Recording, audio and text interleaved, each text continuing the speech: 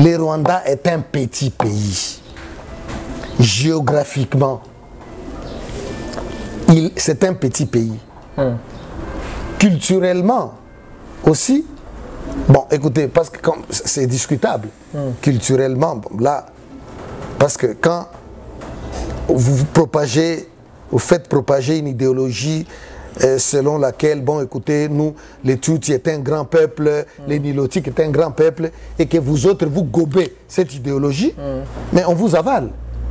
Mais le Congo est un grand pays, géographiquement, culturellement, historiquement, scientifiquement aussi. Nous avons de grands intellectuels à travers le monde.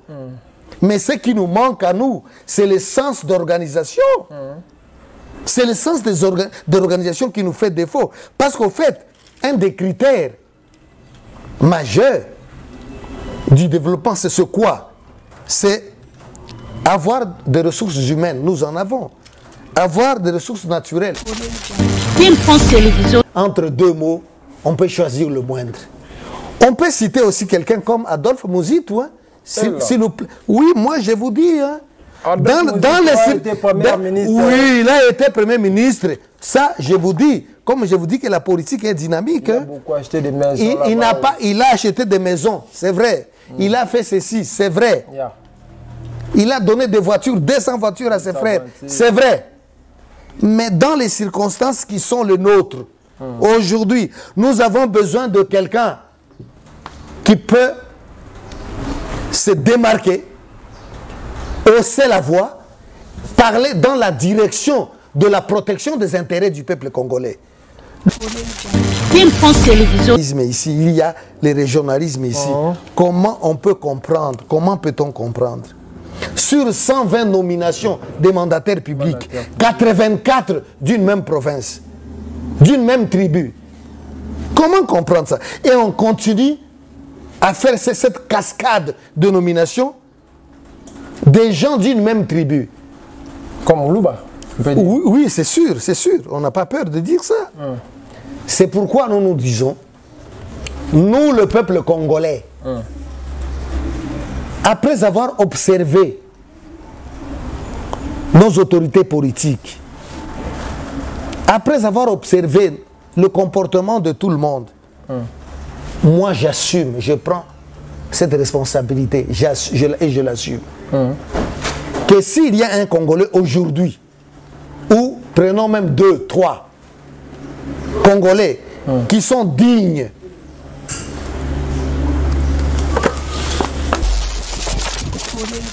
Team France Télévision, Team France Télévision, Team France Télévision, les marins. Salande Makam. Team France Télévision, Team France Télévision, Team France Télévision, les marins. Salande Makam. Team France Télévision, les marins. Salande Makam.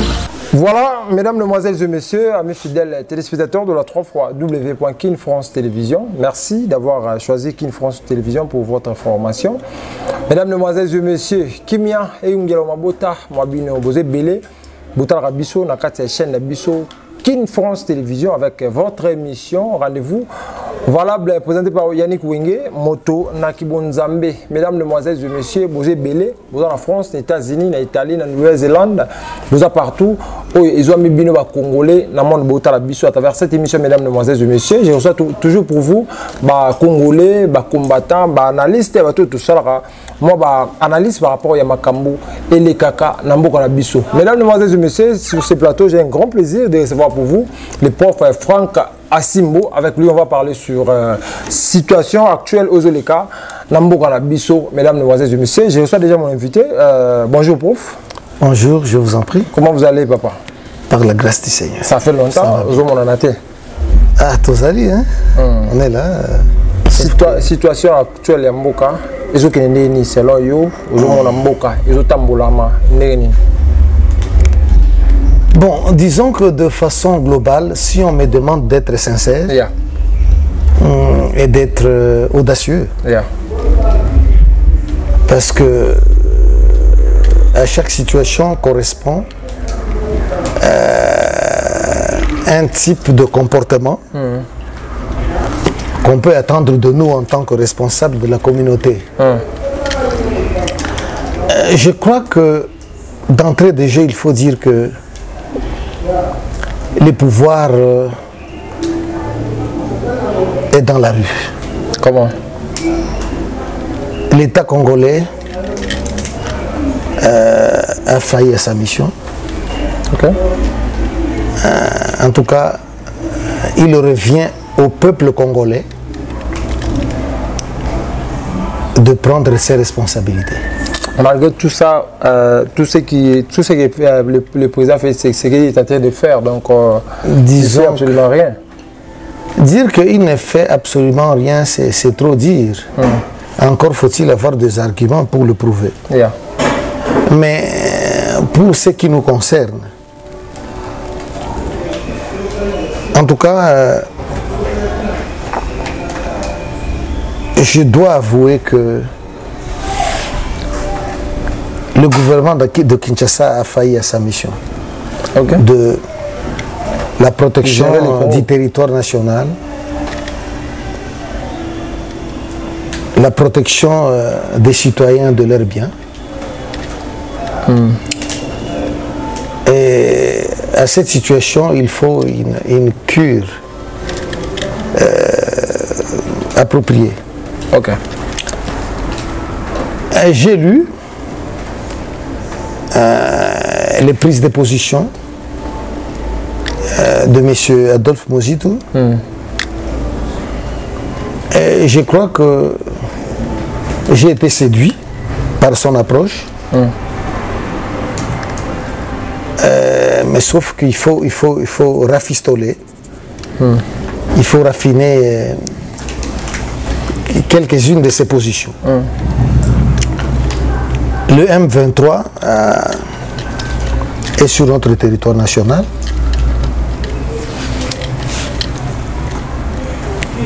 Et étant donné que le M23 n'est qu'une extension de l'armée rwandaise, on peut considérer que nous n'avons pas à négocier avec les forces du M23. Nous n'avons pas non plus à négocier avec les Rwandais, encore moins d'ailleurs avec le M23, ni même pas avec leur maître. Parce que non, les États-Unis, disons, chacun le sait. Ça s'est dit, vous comprenez, ici et là. On n'a pas à négocier avec les Rwandais, encore moins avec le M23, et pas même avec leur maître, c'est-à-dire les Occidentaux, les Américains. Ok. L'unique voie de sortie de cette crise, l'unique voie de sortie de cette crise, c'est la guerre. Contre le Rwanda. La guerre contre le Rwanda, et pas n'importe quelle guerre, une guerre d'usure, c'est-à-dire qui va épuiser les forces des uns et des autres. Et c'est vrai, cette guerre peut coûter cher aux uns et aux autres, mais cette guerre est nécessaire. Et vous savez, au cours de cette période d'histoire de notre pays, nous avons besoin de gens audacieux, des esprits éclairés, des grands esprits, comme nous pouvons en citer quelques-uns. Mozitu, Adolphe Mozitu, peut nous aider, n'est-ce pas, à nous sortir de cette situation. Il faut des gens courageux, de grands esprits, comme Adolphe Mozitu, et de grands esprits que le Congo a connus dans le temps, comme le feu maréchal Mobutu, comme Lumumba, Emery Patrice Lumumba, comme Laurent Désiré Kabila. Ces fut là de grands esprits. Alors nous avons besoin de grands esprits, de venir, de se faire valoir, de dire qu'écoutez, nous avons quelque chose à dire. Parce que le pays court à sa perte. Le pays est en train de courir à sa perte. Et à grande vitesse. Et au moment où je vous parle, nous n'avons plus à espérer, à faire de la magie, des prières, des incantations. Non. La chance n'existe pas. C'est à nous, le peuple congolais, de nous prendre en charge et de nous assumer. Parce qu'au fait, nos enfants et les générations futures, un jour, ils auront retenu que, écoutez, nous, on a trahi le pays. Oui. Nous ne pouvons pas entrer dans la logique des politiciens, des discours partisans. Nous devons nous assumer. Quelqu'un va sortir des rangs et prendre le pouvoir qui est actuellement et officiellement dans la rue. Ça, c'est, on ne le dira jamais assez. Monsieur le professeur, l'ambassadeur rwandais vient d'être chassé au Congo. Donc, je ne sais pas. C'est un accessoire. Ça, c'est un accessoire. Ça, c'est un accessoire. Ça importe peu. On peut ou ne pas le chasser, mais le fond du problème. C'est lui qui donne le fond. Le fond du problème, cela nous importe peu. Chacun sait ce qui se passe entre le Rwanda et le Congo. Nos richesses sont pillées, nuit et jour. Nos populations sont tuées.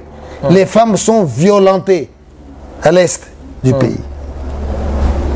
Et notre pays, aujourd'hui, c'est un champ de bataille. C'est un champ de pillage. C'est un secret de polichinelle.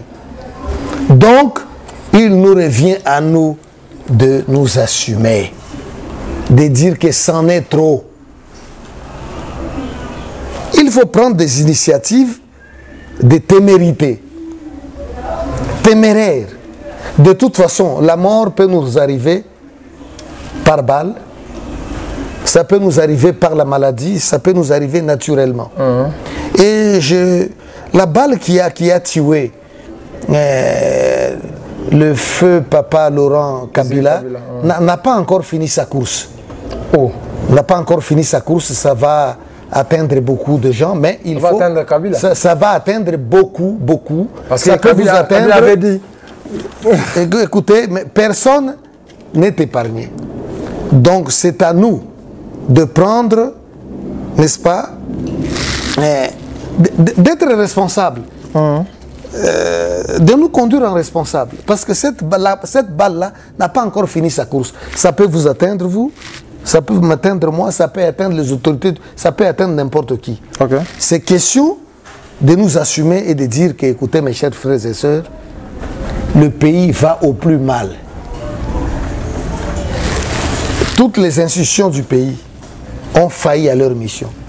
L'exécutif, les législatifs et les judiciaires. Donc, que voulez-vous? Même l'armée elle-même. Mais nous en sommes à nous demander, mais quel genre de personnes à la tête de notre armée? Nous sommes infiltrés, nous avons été infiltrés. L'armée a été infiltrée depuis très longtemps, ça c'est vrai. Mais on ne peut pas, pour cela, continuer à avoir des nominations inappropriées et même des civils. Ça ne peut pas continuer comme ça. Professeur, les M23 fut créés pour quel but? Non, mais d'abord, quelle est la vraie nature de M23? On ne le dira jamais assez. Le M23 est une extension de l'armée rwandaise. Au Congo, c'est sûr. quand l'armée rwandaise veut faire assurer ses intérêts au Congo, il utilise la carte de M23. Ça ne date pas d'aujourd'hui. Pour nous déstabiliser, ça ne date pas d'aujourd'hui. Vous comprenez? Alors, il y a un homme d'État, déstabiliser les Congos. Un homme d'État anglais, Churchill, qui disait si vous cherchez la négociation, si vous cherchez la paix par la négociation, ce n'est pas la paix que vous aurez, c'est l'humiliation. Okay. Mais c'est justement, c'est l'humiliation. Un grand pays comme le Congo, le Rwanda n'a que 26 000 km². Le Rwanda n'a que 26 000 km². Le Burundi, 28 000 km². L'Ouganda, 243 410 km². Je connais, je me rappelle dans mon parcours, 5e, 6e de humanité, au complexe scolaire Monseigneur Moquet, à Kinshasa. Donc, mais nous en avons 2 345 000 et des brouettes. Mais écoutez, nous sommes quand même un grand pays. Nous devons avoir une armée à la hauteur, à la dimension de notre pays, avec un équipement approprié. Pourquoi ne pas, par exemple, tous les voyages qu'on effectue à l'étranger, tout ça, pourquoi ne pas mettre un paquet, si on est sérieux, dans la gestion de notre pays, mais mettez le paquet dans l'armée. Les militaires doivent être bien payés.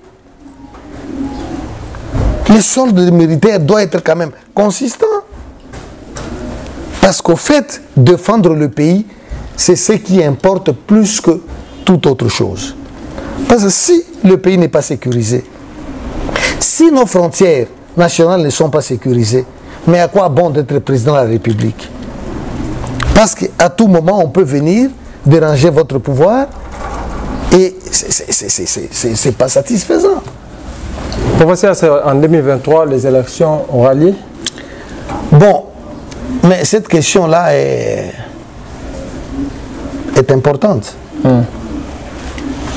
Parce que tout ce qui se fait maintenant là, ça peut être juste pour servir certaines causes. On sait que, bon, écoutez, les M23, laissez les M23 faire des violations, faire tout ce qu'ils peuvent faire, mais dans le but de déstabiliser. Mais tout ça, c'est dans le calcul. Pour dire que, bon, faisons ça, pour que nous puissions dire, trouver un alibi, une raison pour dire, écoutez, les élections ne doivent pas avoir lieu. Mais ça, c'est la pire des choses qui puissent nous arriver. Et on ne le souhaite même pas. Et d'ailleurs, ça ne peut pas être rentré dans nos calculs à nous, nous en tant que peuple congolais. Si c'est fait dans ces calculs-là, je crois que leurs calculs doivent être mal faits parce que là, nous, en tant que peuple congolais, nous allons faire feu de tout bois. C'est-à-dire recourir à toutes sortes de moyens pour faire barrage à cet agenda-là. C'est inadmissible. Donc, toutes les 3 années qu'on a vu Papa Félix en train de diriger les pays, chacun est au courant, connaît le bilan, mais maintenant, pour se donner, se ménager une position, se ménager le moyen de dire que, écoutez, il y a la guerre à l'Est, il y a le M23, donc les élections ne peuvent pas être organisées dans ces conditions parce que nous sommes en guerre ou parce que tout ça. Mais tout ça peut être fabriqué. Et je suis en train de suspecter que tout est fabriqué dans ce sens-là. Mais fabriqué par qui? Par le pouvoir en place. Fabriqué par qui? Par le pouvoir en place, par les forces, n'est-ce pas, nuisibles. N'est-ce pas? Qui guettent le Congo et qui ne veulent pas que, ces forces ne veulent pas que le Congo aille de l'avant. Donc à chaque fois. Donc ces calculs-là doivent être stoppés. Ces processus-là doivent être stoppés par le peuple congolais lui-même. Si tant est que, je dis si tant est que, tout s'est fait pour servir cette cause, vous comprenez, de la non-tenue des élections, si tant est que, alors c'est le moment de rejoindre le camp de M. Adolphe Mozitu et stopper cet agenda-là, parce que ça ne peut pas être possible. Mais faut pas oublier la que... chance vous a été donnée de diriger le pays. Vous avez conclu des accords et des accords. Et aujourd'hui, on ne peut pas, vous comprenez, nous mettre dans une situation telle que, ben écoutez, on n'a plus de choix, les élections doivent être repoussées ou annulées. Pas question. Monsieur le professeur, faut pas pas oublier que... question. Faut pas oublier que pas question. Adolphe Mozitu avait une mauvaise idée pour les Congo. Quelle est cette mauvaise idée? Pour déstabiliser Mboka, invertir le Congo. Qui va déstabiliser? Adolphe Mozitu va déstabiliser le Congo? Ils vont faire tout pour déstabiliser Mboka. C'est Adolphe Mozitu qui aurait dit ça? Yeah. À quelle occasion? Dans quelles circonstances? Tant qu'on va perdre le pouvoir là-bas, on a failli. Bon, écoutez, laissez-moi vous dire une chose. La politique n'est pas statique, la politique est dynamique. Si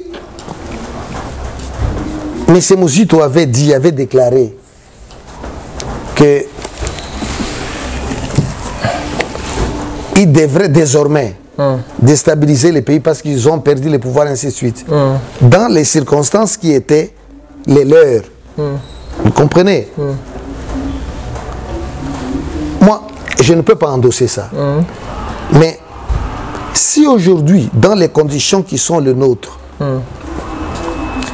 Mozitu peut se raviser et dire que c'en est trop, nous devons faire la guerre et récupérer notre souveraineté nationale, j'ai dit tant mieux.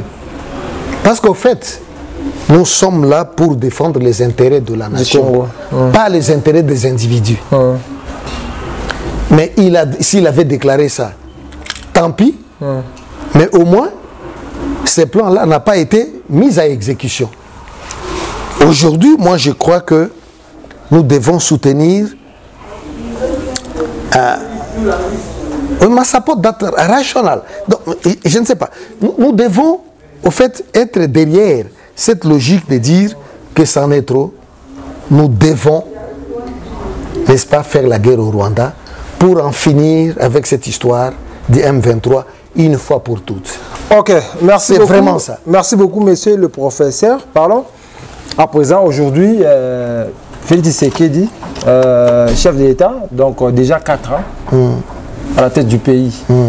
Et qu'est-ce que vous pensez par rapport à bilan Naïe? C'est négatif ou positif? Non, mais écoutez, vous me demandez à moi de donner le bilan.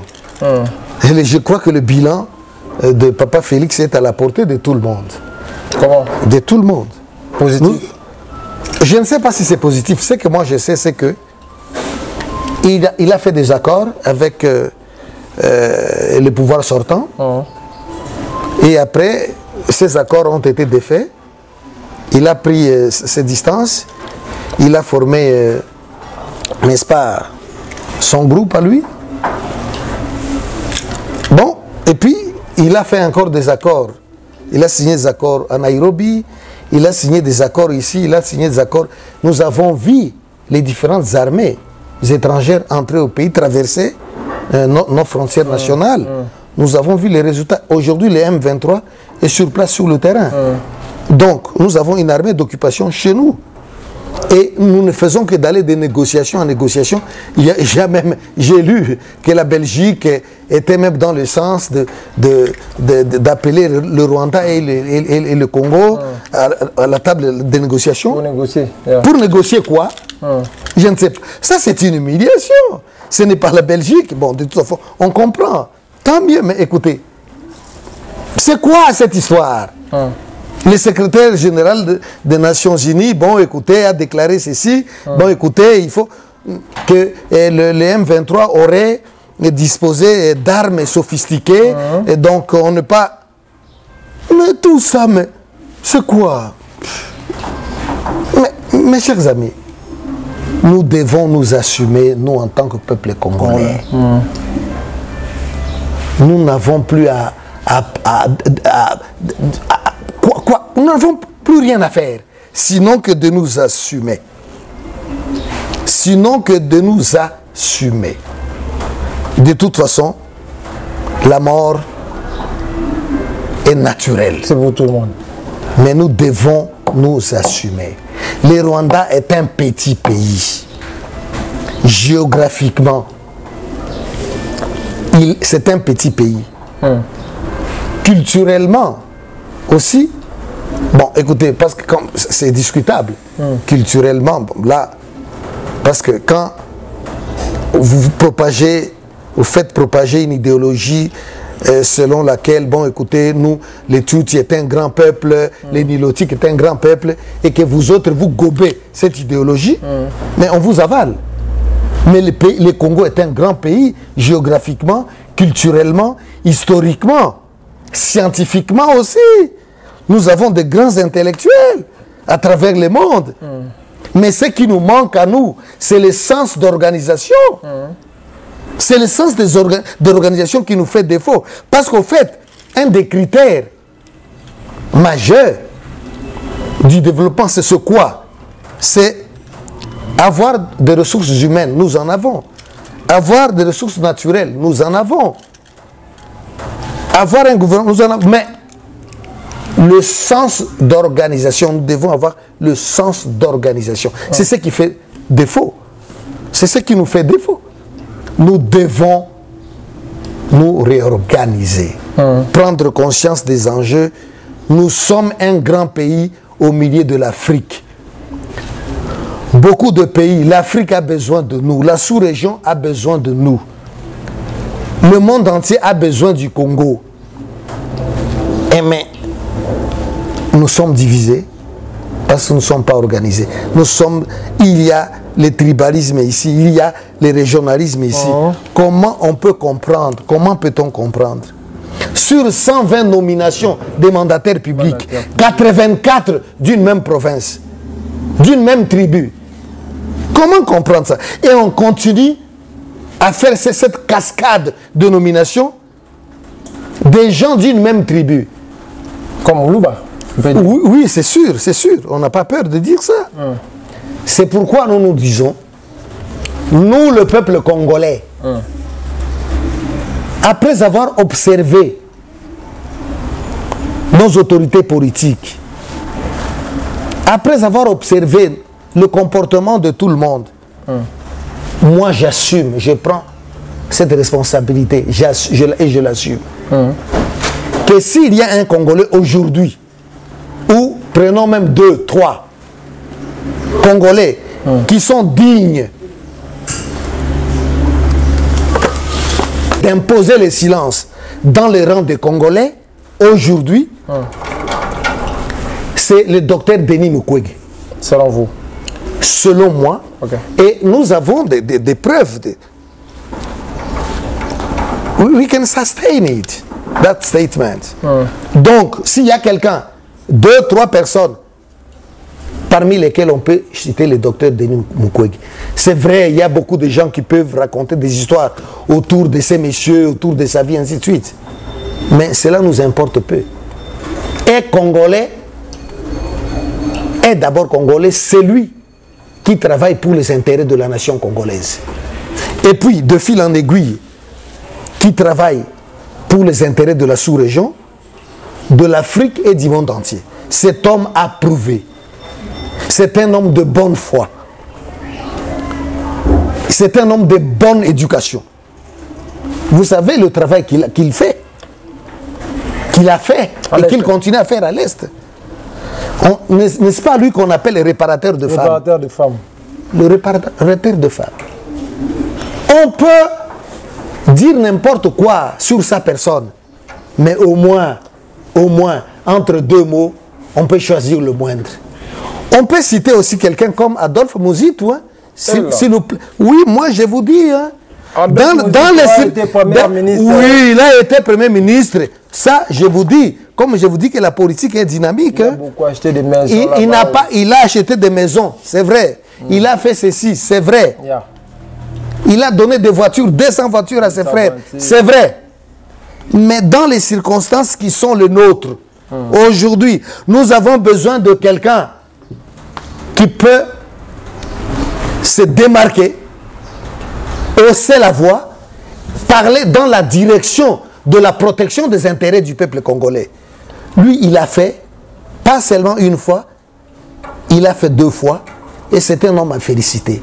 Parce qu'il faut le dire, il n'y a pas deux issues, il n'y a pas 2 voies de sortie de cette crise humiliante, embarrassante. Il n'y a pas de issue, 2 voies de sortie que la guerre contre le Rwanda. Il faut la guerre contre le Rwanda. La Félix Tshisekedi vient de déclencher une guerre. Et vous savez, la guerre va commencer bientôt. Et vous savez, durant les 2000 années d'histoire, 2000 années d'histoire, il n'y a eu que 234 années où il n'y a pas eu de guerre à travers le monde. Sur les 2000 ans d'histoire, il n'y a eu que 234 années où il n'y a pas eu de guerre à travers le monde. Donc, les hommes sont nés pour se battre. Les hommes sont nés pour se battre. Donc, nous n'avons pas à fuir. Nous devons nous assumer, nous devons nous battre. Merci beaucoup. Contre le Rwanda. Voilà. Et il y a un proverbe irakien qui dit il faut féliciter les vainqueurs. Si c'est le Rwanda qui va sortir vainqueur, nous allons féliciter le Rwanda et l'acclamer. Si c'est le Congo, tant mieux. Et j'ai toutes les preuves que nous allons gagner cette guerre, qu'on le veuille ou non. Parce que nous avons la détermination, parce que nous avons le nombre, parce que nous avons tout. Merci beaucoup. Un mot pour finir cette émission, parce qu'il y a déjà qui nous a suivis aujourd'hui. Quel est votre mot de la fin?